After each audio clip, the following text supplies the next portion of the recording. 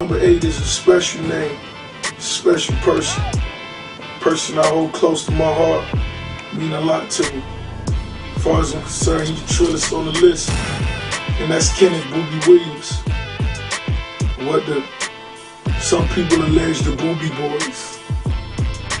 We all seen the story. You saw America's Most Wanted.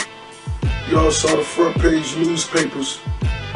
You know, but Kenneth was a remarkable man. He was a man of honor, a man of loyalty. Even after convictions, he refused to cooperate. He finna go into the lives of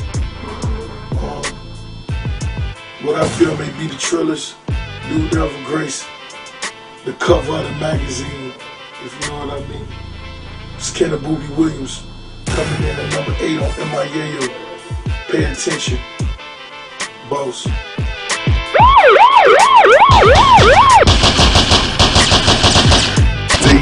Dade County, Dade County, Dade County, Dade County.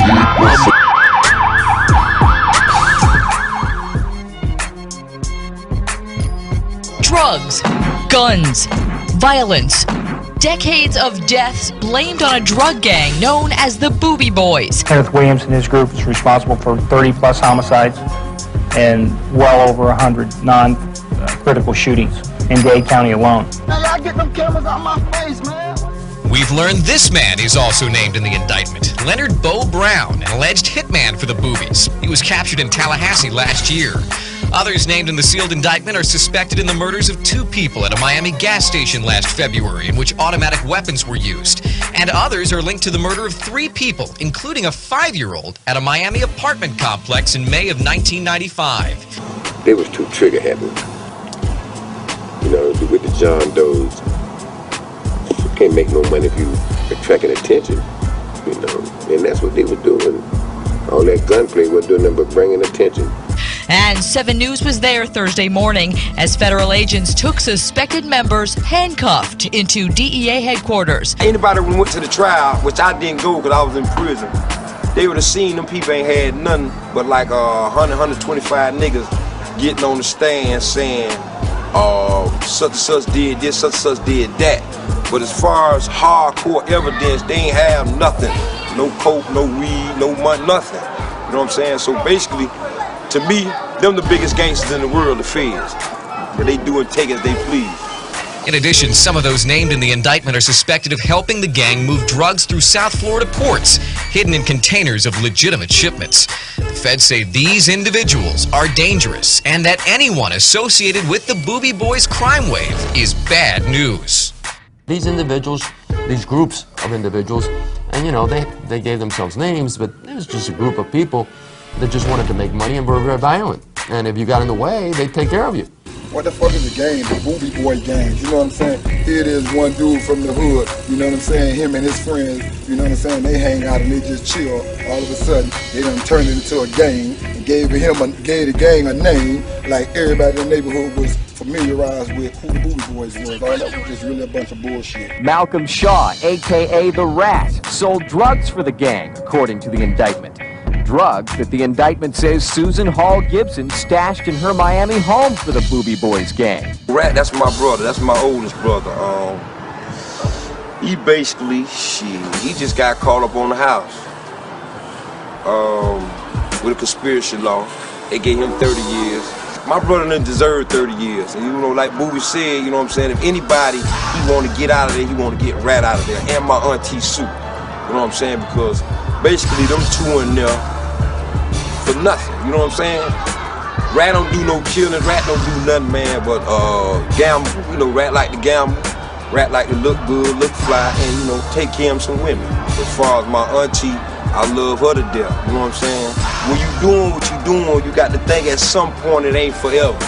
And at some point, things gonna get complicated, and at some point, things gonna have to get handled. So, you know what I'm saying, I want my auntie home. She you know, she don't need to be in there. She a good, sweet person. She ain't never did nothing to nobody, you know, but try to provide for her family.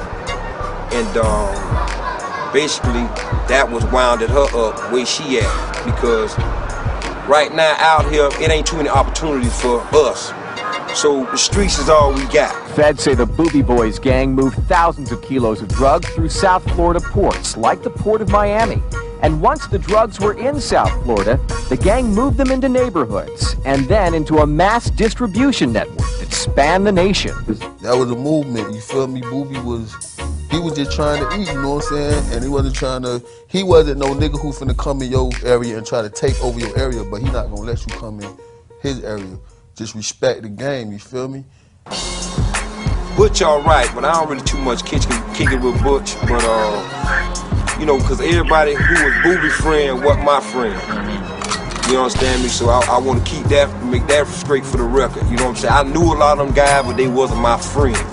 And this is Ben Johnson, a.k.a. Bush. He's been connected in this indictment to 2 fatal drive-by shootings in South Florida. One of those named in the indictment is this now suspended Miami-Dade police officer, Marvin Baker. This video was taken 8 months ago as the 16-year veteran officer was arrested by his own department on charges he conspired to rip off drug dealers, charges he has denied. Also named and still on the loose, the Booby Boys' reputed leader and namesake, Kenneth Booby Williams, now one of America's most wanted. As to Kenneth Williams, there is an outstanding $56,000 reward. Straight up, my nigga. Fuck the haters. All them rats, all the ones that eat cheese, they know who they is. They know who they is. Ronaway, Zeus, they know who they is.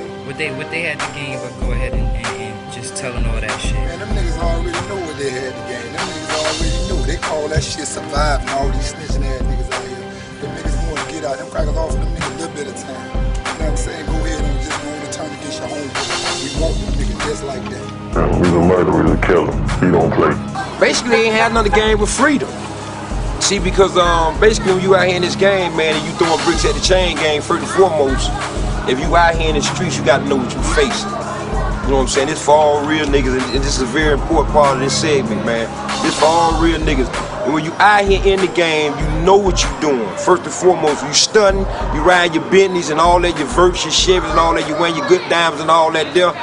Everything is perfect then. But when you fall, even if you fall and ain't had nothing to do with your homeboys, don't take them with you, man, because you know, you feel as though you got something to lose, or you want to get back out here to one of these hoes, or you know what I'm saying, you just want to snitch on a nigga to free yourself, but you knew what you was getting into when you first started out.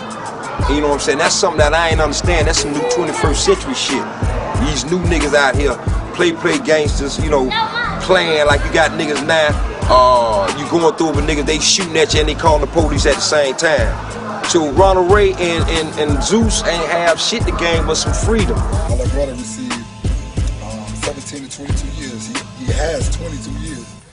He actually got that on the house just because of his affiliation. Really, you know, you had the rats, like I say, Ronald Ray, who took the stand and actually said what he said. The way the game is now, see, it ain't like it was. It was loyalty back in the 60s and 70s and early 80s. It was loyalty. Whereas if a brother did something wrong, he had to answer for it and he did his time. Then he had his homeboys that looked out for him while he was in there and took care of his family. Nowadays, you got young cats just telling on each other, snitching on each other, doing stuff, whereas it ain't a lot of proof that they did that. It's just like a young dude don't want to do no time. And they feel like I'm gonna tell on this person, that person, this person, that person. And it ain't no friends. I found that out over the years. Booby felt real comfortable with Zeus and he felt comfortable with Ronald Ray. You understand me? And that was 2 niggas that, you know, he felt safe with, and them same 2 niggas that got on the stand and fabricated a lot of things for the grand jury. To be honest with you, I'm talking about everything was fabricated, because what they do is those guys get in there and they coerce and they get their stories together. And then you also got the feds, like when trick old boy Charles Young, just for the record, Bill, he got on the stand. You know, I just want the world to know this. It's Triller. We keeping it trill. We want the world to know this here, that Charles Young got on the stand and he testified against Booby in the Booby Boys trial and said that Booby killed his son Hollywood with his trick brother, which was Trina's boyfriend. See, this shit so deep, but we want the world to know since we bringing it out, we keeping it real. So therefore, you know, he took the stand also, and a lot of these other guys that's walking around here and niggas embracing them. No, they done snitch. Niggas embracing them and feeding them like whole. But when a real nigga who they feel threatened by me got out from all blessing from God, they want to outcast me and spray me, you know what I'm saying, and scandalize my name in the street. It's busters niggas everywhere you go. It's killers everywhere you go. But what I'm saying is, Zeus and motherfucking Ronald Ray, you understand me, snitched on Booby to get out. Crackers even trick them to tell on themselves to some point. You know what I'm saying? So they out here on the street, ride around, and it's okay for a dude who took care of their families, took care of them, took them to another level, and took them to some things that they never experienced in life. Niggas just snitching out here, man. Niggas who you think real, cause a nigga squeeze, that don't mean he 100. And if a nigga rich, you doing this and that, when them crackers put that pressure on a nigga ass, man, a real nigga gonna stand firm in his position, and the buster just gonna fold. It's just simple as that. I mean, it's shit out here that niggas want to stay out here for, whether it's a hoe, whether it's materialistic things, whatever the case may be, you got to already know. When you in the game, you got to expect at some point you gonna take a fall. All kind of, you know, testimony, you know what I'm saying, to get dudes off the street, you know what I'm saying? All kind of niggas came back, niggas been in the joint for years already, coming back on dudes, you know what I'm saying, putting all kind of shit on dudes that ain't really out here with them. They just, you know, a lot of hearsay. That's how that Fed shit work, though. An accountant killed and a tourist wounded, caught in a hail of bullets between two carloads of shooters. Countless crimes, decades of death. They're brazen. They'll shoot anybody, anywhere. All to protect their booming drug business, from import at the ports to sales on the streets, allege police. Man, Black one was a good nigga, man. Any nigga will tell you that. Anybody will tell you that. Black was a good nigga, man. Black was the type of nigga, man, if you ain't had it, Black will give you something. You ask Booby, hey, look here, man, let me get this and that, Black, man. Black did that. Motherfucker be laying around, ain't got shit, bombs, all that. Black did that. For Booby, first of all, Booby don't want nobody saying Booby Boys. This is not a Booby. Booby Boys is what the media says and what the outside of quote-unquote entertainment world knows him, man. You know what I'm saying? Real niggas that know him know his Matchbox, dog check.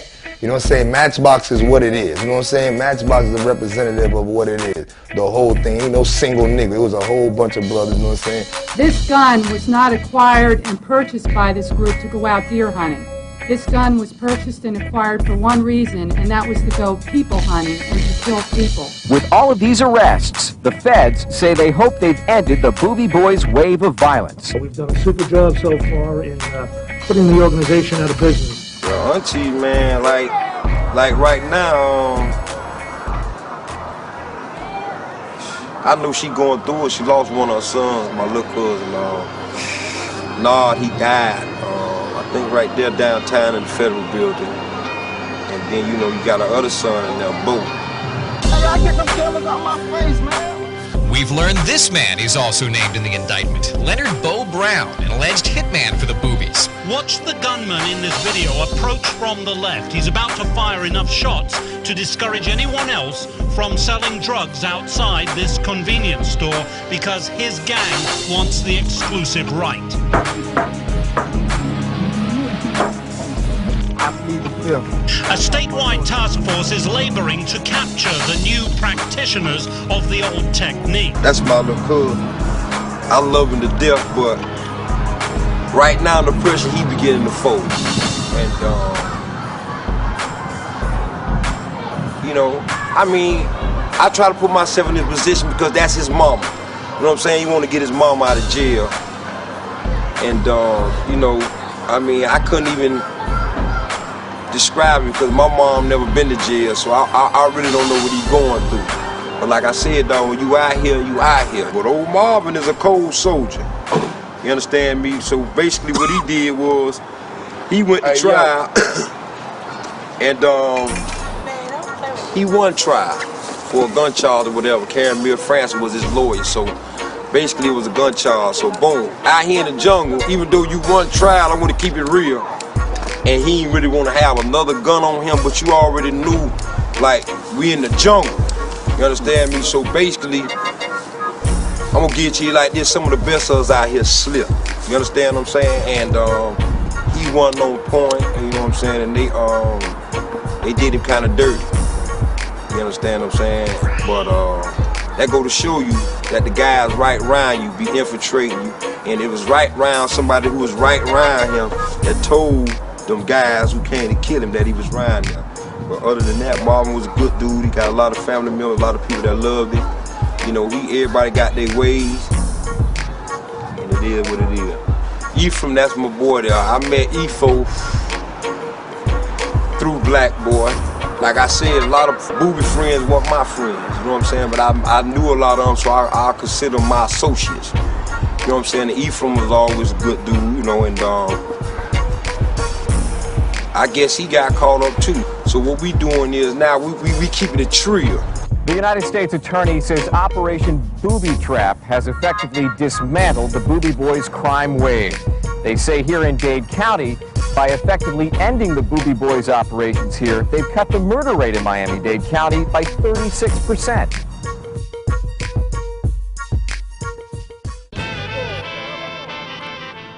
Yeah, you know, we sticking to the script. We finna get right into it. Number 7, it's a man I got to meet several occasions. I was blessed to eat in his restaurant, you know, with his presence. And, you know, number 7 is Opalaka's mayor, Rick Brownlee. It was rumored that Rick Brownlee created the 8-ball, 3.5 grams of clean fish scale. I know it was a lot of money made. It was a lot of nice, extravagant lifestyle, you know. It was a lot of that, you know what I'm saying? And, you know, that's what made Miami what it was. You know what I'm saying? Rick will never be forgotten. He's a living legend. And he one of the reasons Opalaka is highly respected. You know what I mean? Y'all get right into it. Meet the mayor of Opalaka, Rick Brownlee. Boss.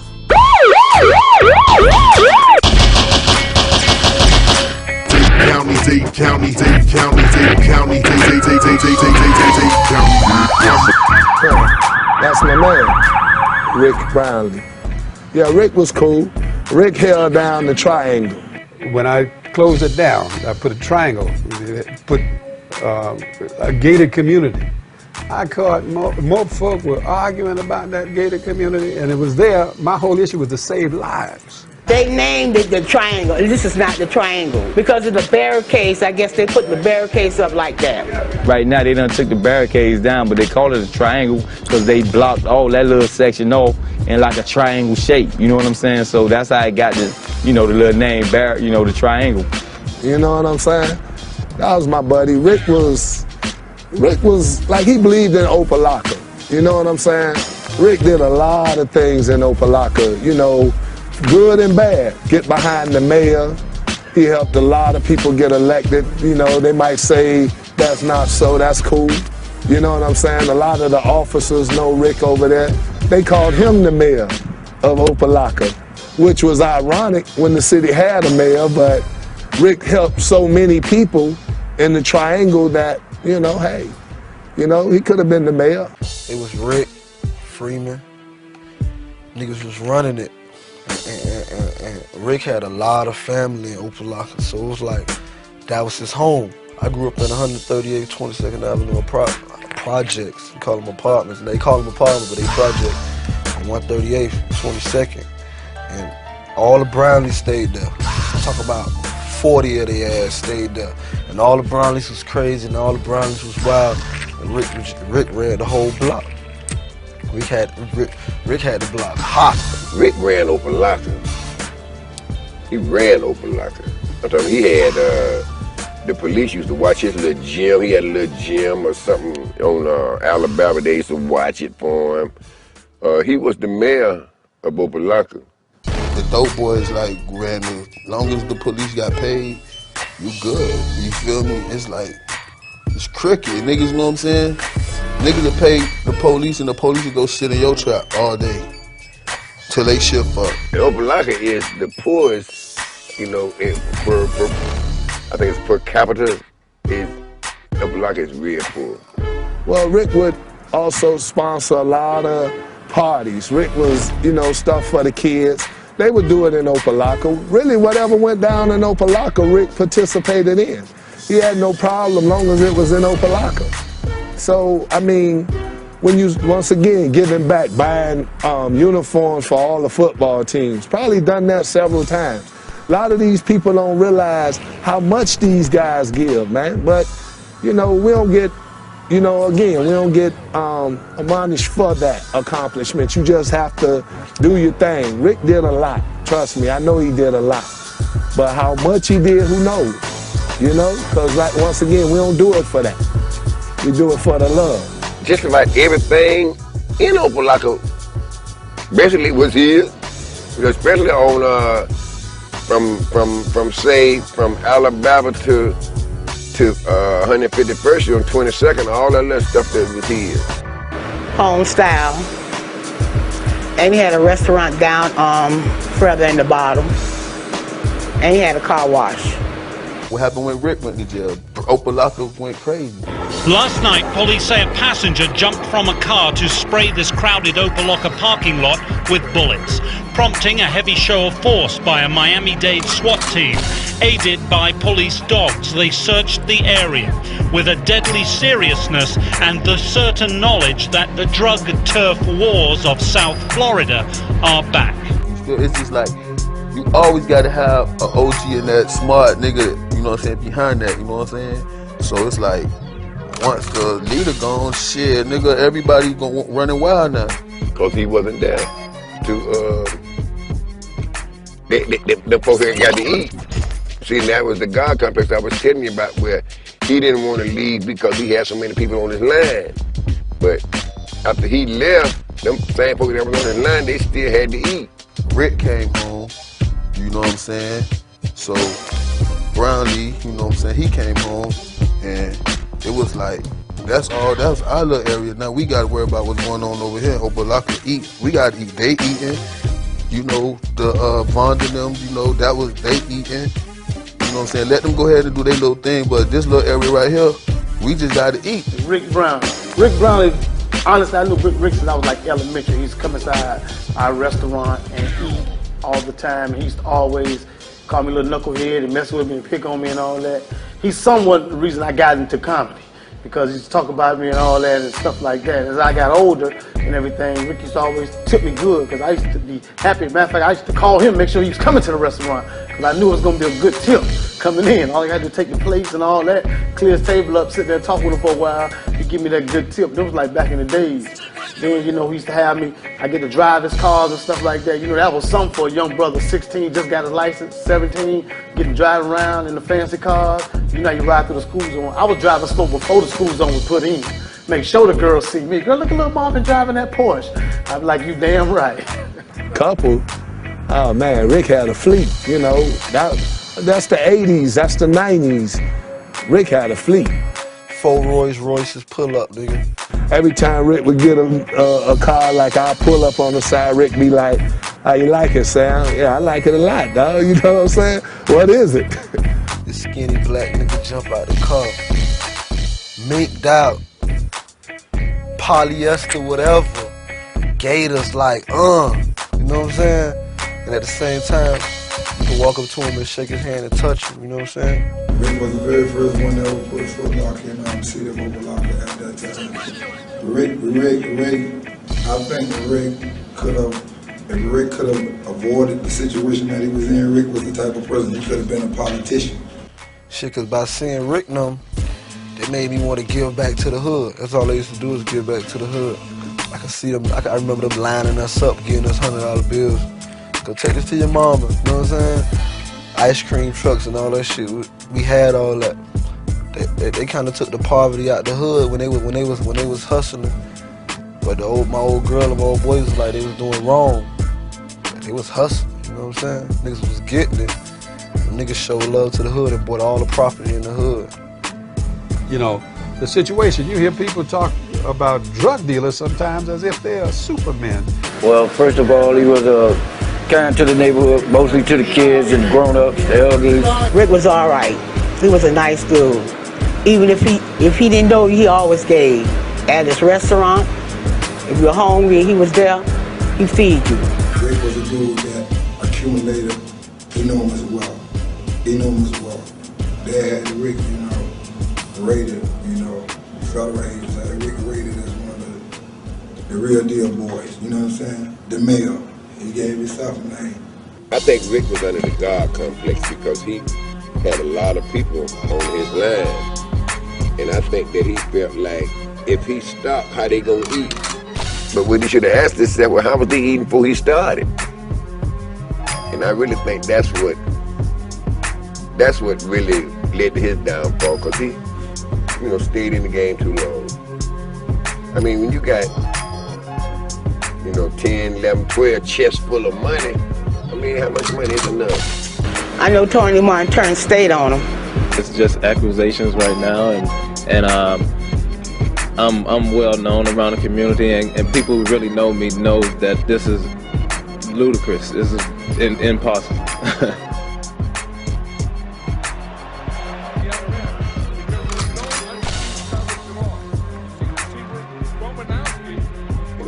When they went there with the deck was stacked against them because they hadn't allowed the people to make too serious a case.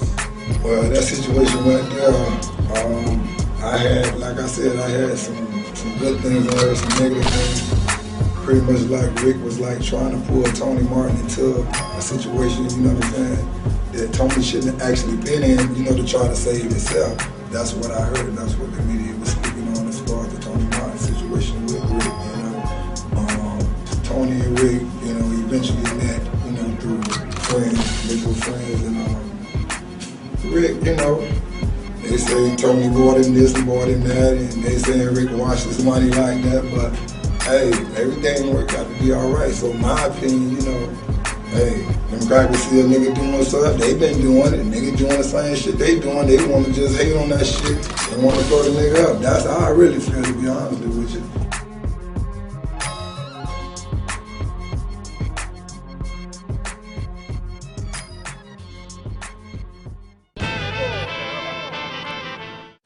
Yeah, we coming off number 7, Opalaka Mayor Rick Brownlee.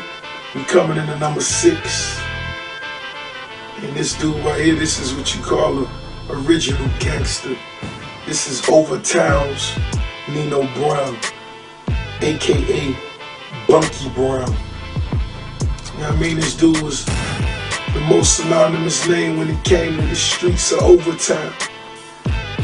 People whisper the H. Boy, yeah, boy. When you think of boy, think of Bunky Brown. You gotta keep it true. Overtown. It's number 6 is Bunky Brown. Right here in my yeah, boss.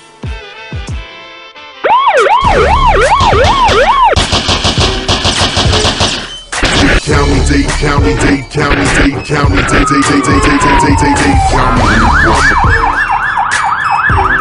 Bunky was cool. Bunky was the mayor of Overtown. Bunky started Magic City Lounge, him and his wife. I think her name was Claire. It'll come back to me. But Bunky was like the man. Bunky, if there was any problem, you holler at Bunky. Any problem. It ain't have to be a drama problem. It just could be a problem in school. You could go and talk to him. You're going to deal with it. You're going to straighten that situation out. You're going to tell you the right way, not the wrong way. Bunky Brown, Flower, man. You got to mention the both of them together. I forget. I know Bunky Brown used to give back to the community a lot. With his football, his thing was the Optimist League. He gave a lot of money back. Oh, Bunky Brown, he was all right man now. He took care of Overtown. Anybody needed something, he looked out for them. Paid a lot of them people bills from Overtown. Looked out for the kids. When Christmas came around, he bought everybody kid toys, bicycles, whatever they needed, school clothes. When it come to giving back, Bunky gave back Overtown. They might have made money from Overtown, but they gave just as much money back. Mr. OT, but can I say, he had the football team and the big picnics and the big baseball games and back to school. Before they were doing book bag drives and giving out paper and buying all kids shoes, and Christmas time every kid got a bike and all that there, man. Bunky was doing that long before anybody. He ain't dressed all fancy and stuff, but you ain't had to dress like that in the hood. People know who you were. Most of them played the Dickies. They were all into them Dickies. Bunky didn't care about dressing like that. Bunky was, once again, there go your Dickie man, your shorts. Bunky was an everyday dude. Bunky was a grinder. Bunky Brown really wasn't supposed to be in prison. I forget if it was Yellow Man or Fly Man, somebody he didn't want to get this package. And the feds kept telling him, this ain't for you, man. This ain't for you. And Bunky just kept on so they said, okay. And gave it to him. And that's how he got knocked off. The 10-key deal, if I'm not mistaken. So they gave it to him. And gave him everything that came with it. I think they ended up giving Bunky like 165 years.